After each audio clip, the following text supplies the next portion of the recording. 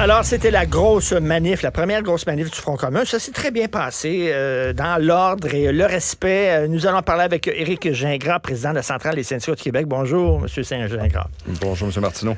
C'est sûr que vous auriez aimé que la population aussi soit dans la rue avec vous en disant on n'est pas là rien pour nos salaires et tout ça, on est là pour sauver le secteur public. Est-ce que les gens ont répondu à l'appel des syndicats ou c'était surtout des travailleurs de l'État qui étaient là?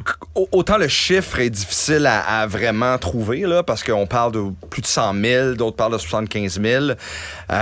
On pense que la population était là. On a vu beaucoup de gens sympathiques à la cause. Maintenant, si tu es de la famille, comme je disais dans le passé, t'invites les gens, puis tout le monde connaît un prof, une infirmière, etc. Donc, c'est probablement ces gens-là. Est-ce que monsieur, madame, tout le monde là, qui ont pris la rue avec nous, je saurais pas le dire, mais beaucoup de membres de famille, etc., de la population, parce que c'en est, étaient là. Eh bien, j'ai vu là, aussi des avions nolisés, là, ça à Côte-Nord, Gaspésie, ça venait des quatre coins du Québec. Là. Oui, quand même. C'est sûr qu'on fait toujours attention à ce genre de trucs-là, parce que je vais vous donner un exemple. T'es supposé d'avoir des autobus en Gaspésie. Finalement, 2 semaines avant la manifestation, la compagnie a fermé. Donc là, on a nolisé à ce moment-là des avions. Donc, mais il y avait beaucoup de gens, par exemple, de la grande région de Montréal. Il y en avait un peu partout au Québec, mais la grande majorité venait de Laurentides, Montérégie, etc. Question de coût, question de capacité aussi à se mobiliser, mais tout le Québec était représenté, ça c'est certain. Là, vous avez vu la réponse de Sonia Lebel, Mme Sonia Lebel. Il est normal dans une négo que les syndicats utilisent des moyens de pression comme aujourd'hui, c'est leur choix. Et là, elle écrit: oui, le salaire, c'est important, mais on doit absolument organiser le travail dans nos écoles et nos hôpitaux d'une façon plus efficace. Puis là, on a l'impression que sa stratégie, c'est de dire, nous autres, c'est les conditions de travail. Le salaire, oubliez ça. Vous n'aurez pas d'augmentation de salaire. On peut parler, par exemple, de vos conditions de travail. Seriez-vous prêt à ce compromis-là? Je pense que les gens disent, ils ont eu quand même des assez bonnes augmentations. La guerre, c'est plus les conditions de travail. Ouais. Là, je donnerais pas la bonne réponse, là. Ça prend les deux. 9% sur 5 ans, là. Ça n'a pas de sens. Oui, mais les profs, les profs ont eu des bonnes... Là, vous dites, oui, mais il n'y a pas seulement les profs dans les écoles. Et même les profs, et depuis l'inflation, parce que ça, c'était dans l'autre négo, là, qui ont eu une augmentation, là, tout dépendant, c'est autour de 5% de plus, qu'ils méritent, effectivement. Mais là, il est en train de fondre comme peau de chagrin, là, ce 5% de plus-là avec l'inflation, parce que pas eu d'augmentation, nous autres, le 1er avril. On est en négociation. Et l'inflation, elle n'arrête pas d'augmenter. Le CPQ, Conseil du patronat, prévoit des augmentations dans le secteur privé autour de 4 points quelques cette année. On lève la main et on dit, nous autres aussi. Là. Fait que c'est sûr que quand on offre 9% sur 5 ans, c'est même pas 2% par année. Mais là, le gouvernement, le Conseil du Trésor dit 1% d'augmentation de salaire, c'est quoi? C'est 60 millions? C'est 600 millions. 600 millions. Vous êtes un militant, vous défendez aussi les travailleurs du secteur public. Les travailleurs du secteur public sont aussi des contribuables. Oui. Là, quand ils voient leur chèque, là, ils voient la portion qu'ils voient à l'impôt, puis ils payent beaucoup de taxes. Est-ce qu'il faut tenir compte aussi de la capacité de payer du Québec? Là? Je veux dire, l'argent ne pousse pas dans les arbres, malheureusement. Là. Nous, on n'est pas comme les députés. Là. On ne demande pas 30% une année. Nous, on est capable de répartir ça sur plusieurs années. Donc, ça, c'est déjà une façon de prévoir ça. Mais en même temps, c'est un choix politique aussi. Veux pas, là. Quand tu fais le choix d'envoyer pour 500 $ que la population méritait fort probablement aussi de le recevoir, ça coûte 3 500 000 c'est un choix politique que tu fais ça. Quand on donne à des compagnies qui viennent ici pour la filière des batteries, tu donnes des centaines de millions, c'est un choix politique. Nous, ce qu'on demande, c'est que le choix politique de payer du personnel mieux puis de s'occuper des conditions de travail, parce que j'ai dit ça jouait des deux côtés, c'est un choix politique qu'ils devraient faire aussi. Maintenant, est-ce qu'on cherche à d'opposer les syndicats à la population? Là, c'est pas la première fois qu'on voit ça.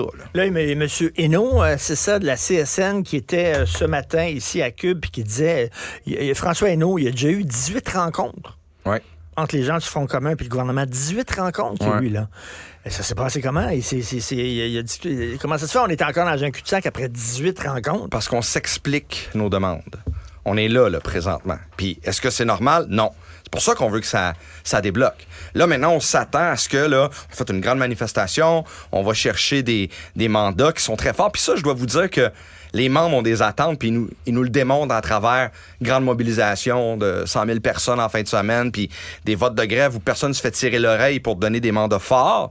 Mais là, on va s'attendre à ce que le gouvernement, justement, pour pas faire un autre 18 rencontres puis qu'il se passe rien, arriver avec des réelles discussions. Puis là, c'est pas le cas pour l'instant. Est-ce que ça se peut que le syndicat fasse partie du problème aussi? C'est-à-dire, Jamais. Madame Lebel dit...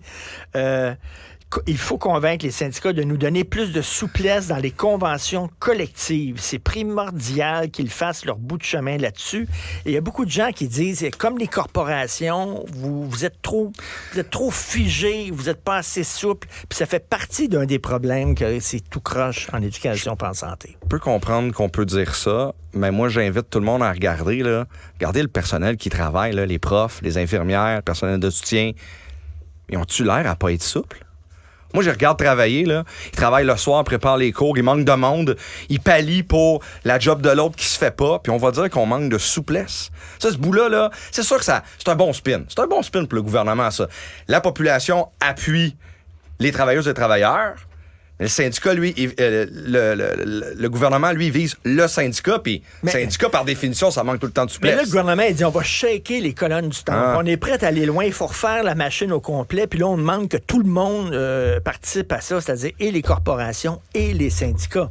On sait que, bon, l'être humain est ce qui est, là, on veut pas revenir en arrière, puis on veut pas perdre nos acquis, puis tout ça. Mais tu sais, là, quand on dit, là, c'est revoir la machine au complet, ça va vous demander de peut-être laisser tomber certains acquis vous aviez, de faire les choses autrement, puis tout ça, pour que ça glisse mieux.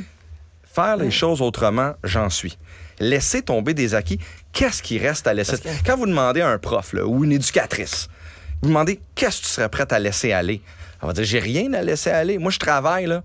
Je fais mon 37h30. C'est les chanceuses d'avoir un job à temps plein parce que souvent, ils sont précaires. Bien là, après ça, est-ce qu'on peut se parler d'affectation, de façon d'être affecté dans une école ou dans un centre? Ben oui, on va s'en jaser.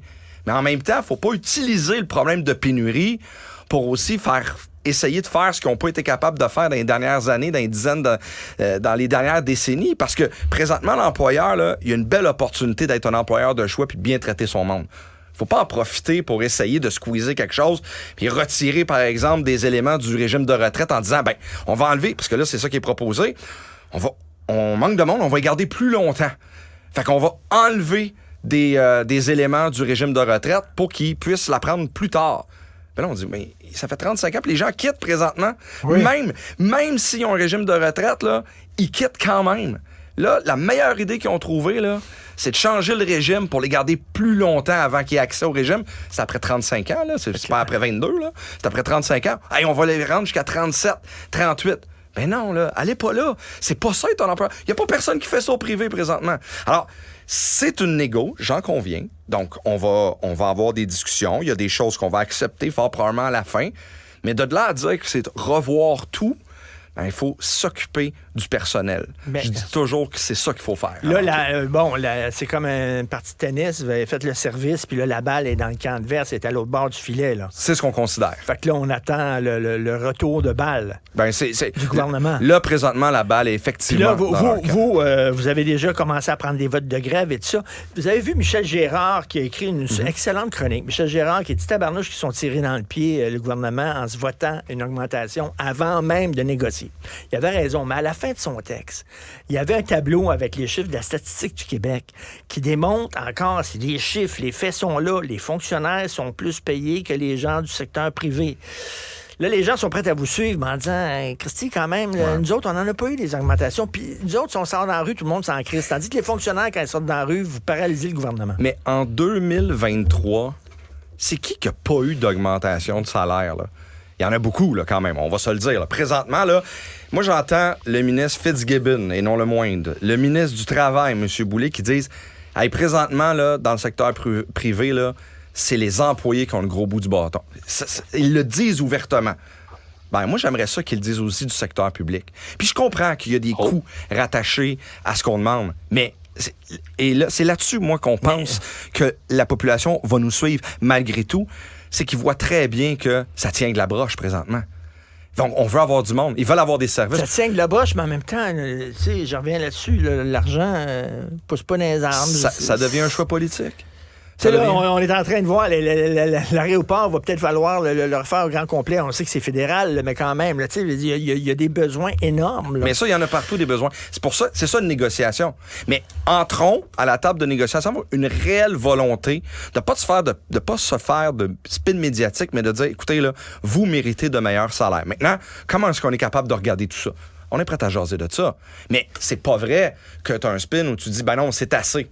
Vous aurez assez avec ça, mais soyez plus flexible. Non, ça marche pas comme ça. On va discuter, on veut trouver des solutions, on comprend, mais une école, là, on peut pas la fermer le lundi là, comme un restaurant. Vous savez, là, vous êtes un vieux renard malgré votre jeunesse. Vous savez comment ça se passe. Le gouvernement va laisser traîner ça, puis là, vous allez faire un vote de grève illimité, puis là, les gens vont être en crise parce que là, ils n'auront plus des services qui auront droit, puis ils vont faire pression au gouvernement. Le gouvernement a tout intérêt à laisser traîner ça, à vous envoyer en grève illimitée. Ça va faire leur affaire si vous sortez, là. Bien, ça fait 50 ans qu'il n'y a pas eu de grève générale limitée. Il y a des raisons pour ça, parce que on fait ça, en front commun comme ça fait 50 ans qu'il n'y en a pas eu. Parce que les gens n'étaient pas au niveau de mobilisation, puis au niveau, j'aime pas ça dire la colère, mais au niveau d'attente énorme envers son emploi. D'écœurant. On va le dire comme ça. On va le dire comme ça. Donc, est-ce que le gouvernement aura un réel intérêt de se rendre jusqu'à quelque chose qui ne s'est pas fait depuis 50 ans? Moi, je persiste à dire que non. Et je le répète, c'est pas notre but de nous rendre là. Notre but, c'est d'avoir de meilleures conditions de travail et on est prêt à le faire. Donc, ça sera sa stratégie. Notre travail, oui, je pense, ça va être de bien expliquer à la population ce qu'on fait, ce qu'on veut, puis bien expliquer c'est quoi, de baser, d'expliquer vers où on s'en va, puis c'est le travail qu'on veut faire. Mais là, c'est sûr que nous autres, on veut aussi des profs qui soient pas épuisés, des profs qui restent à leur job, qui n'ont pas envie de sacrer le camp. On a le goût d'avoir des infirmiers et des infirmières aussi qui n'ont pas fait 2 quarts de travail puis qui sont super cernés comme le docteur François Marquis. C'est pas ça qu'on va avoir, c'est sûr. Donc là, on a des intérêts communs. Oui. La population puis vous autres. Là. Effectivement. Puis un enfant qui arrive dans une école là, qui est pris en charge par une éducatrice parce qu'il arrive à 7 heures le matin, là, puis il est pris en charge. Il veut avoir son éducatrice qui est là, qui s'occupe de lui. Bien souvent en maternelle, en première. Un enfant, des fois, c'est de 7h à 6h à l'école. Là. Ça en côtoie des gens. Puis là, après ça, on pourrait parler de la santé, etc. Donc oui, des intérêts communs, puis on veut en parler à la population, puis continuer à faire ça. Quelque chose me dit qu'on va se reparler. Ça se peut. Ça se peut. C'est Éric Gingras. Merci beaucoup, président de la Centrale des syndicats du Québec. Merci et bonne chance. Merci, M. Martineau. Ne ratez plus rien. Cette émission est aussi disponible en balado dans la section radio de l'application Cube ou du site cube.ca.